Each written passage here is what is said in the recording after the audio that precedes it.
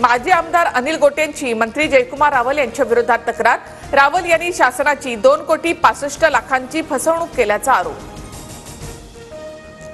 इथे फक्त छत्रपती शिवरायांचेच महिमा मंडन होणार, औरंगजेबाचे उदात्तीकरण नाही।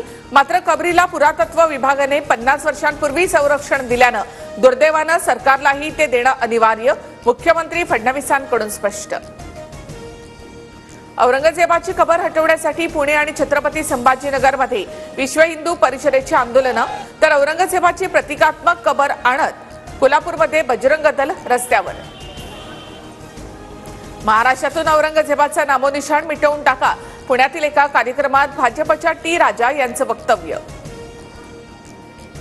सण उत्सवात द्वेष पसरवण्याचं हिंदुत्ववादी संघटनांकडून काम, औरंगजेबच्या कबरी विरोधातील आंदोलनानंतर वडेट्टीवारांचा निशाणा, तर कबरीभोवती सध्या केंद्राचा पोलीस दल, राऊतांचा आरोप। राज्यात कांदा, सोयाबीन, कापसाचे प्रश्न महत्वाचे की औरंगजेबाची कबर, सत्ताधारी आमदार अमोल मिटकरींचा सरकारला सवाल।